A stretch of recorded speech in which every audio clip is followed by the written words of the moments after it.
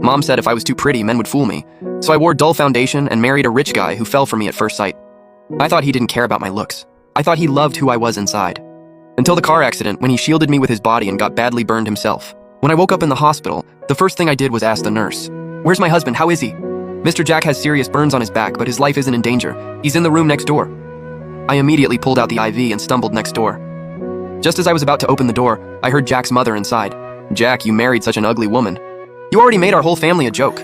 And now you nearly died for her on purpose? How long are you going to keep acting like this?" My hand froze on the doorknob. It went quiet inside for a few seconds. Then Jack's calm, emotionless voice came through. "Mom, you know what I want. I knew you were still doing all this for Anna. Let me tell you something. You are the best heir in our family. Anna will never be allowed through our doors.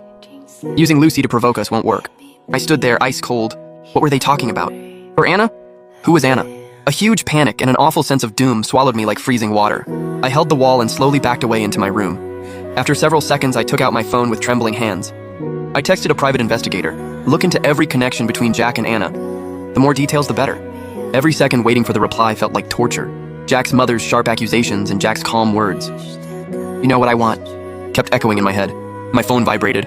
I opened it with shaking hands and saw a thick stack of files. There were also many photos attached. Anna was the daughter of a wealthy family and Jack's first love. They were a perfect match, the golden couple everyone admired.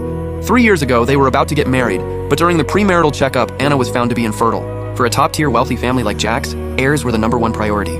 So Jack's family strongly opposed it, but Jack insisted on marrying her. Then Jack's family stepped in and aggressively crushed Anna's family business. In the end, Anna's family couldn't handle the pressure.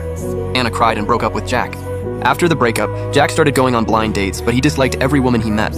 Until he met me, the famously ugly girl in our circle. That was when everything clicked. He didn't marry me because I was special. And he definitely didn't marry me because he saw my inner beauty. He chose me because, out of all his blind dates, I was the most embarrassing and least presentable tool. The perfect tool to anger his parents and force them to compromise. He married an ugly woman on purpose, just to challenge his family and force them to give in, so they would agree to let Anna in. I stared at the words on my phone and suddenly laughed. Then tears started falling. Pain wrapped around me like a giant net, tightening and tightening until I could barely breathe. Mom said pretty girls get fooled, but I made myself ugly and still got fooled. And even worse, it was more complete, more ridiculous, and more pathetic. For 3 years, the happiness I believed in was just a carefully planned act. I was just the tool Jack used to challenge his family. Just a pawn he used to prove his love for Anna. I thought I had found the light. But that light was only a reflection from a mirror meant to shine on someone else. I sat in my room and cried for a long time. Finally, I wiped my tears. Then I took out my phone and called Jack's mother. "I want a divorce from Jack." "What did you say? Lucy, looking the way you do, you dare ask for a divorce? Do you know how many women in our circle are begging to marry Jack? What I look like has nothing to do with you. I'm getting this divorce. If your family doesn't agree, I'll hire a lawyer and take legal action."